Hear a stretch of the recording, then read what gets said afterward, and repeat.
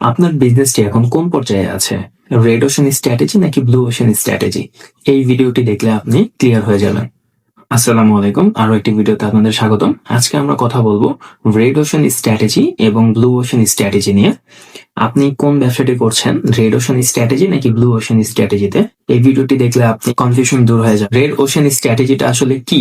যেখানে আগে থেকে অনেক মানুষ ব্যবসা করছে এবং আপনি পরবর্তীতে এন্ট্রি করলেন। যেখানে আগে থেকে অনেক মানুষ ব্যবসা করছে, আপনি পরবর্তীতে এন্ট্রি করলেন। লাইক আপনি যদি এখন মুদি দোকানের ব্যবসা করেন কোনো একটি বাজারের ভিতরে, সেখানে কিন্তু 100-150 মুদি দোকান আছে, বাট আপনি এখানে এন্ট্রি করলেন। এটা হচ্ছে রেড ওশান স্ট্র্যাটেজি, কারণ সবাই একই জিনিস বিক্রি করছে। লাইক চাল, ডাল, আদা, রসুন, পেঁয়াজ, মরিচ সবকিছু 100টা দোকানে একই জিনিস মানুষ বেচা কিনা করছে। আপনি ওই জায়গায় এন্ট্রি করলেন, ওই জায়গায় আপনি ব্যবসায় এন্ট্রি করলেন, সেটা হচ্ছে রেড ওশান স্ট্র্যাটেজি।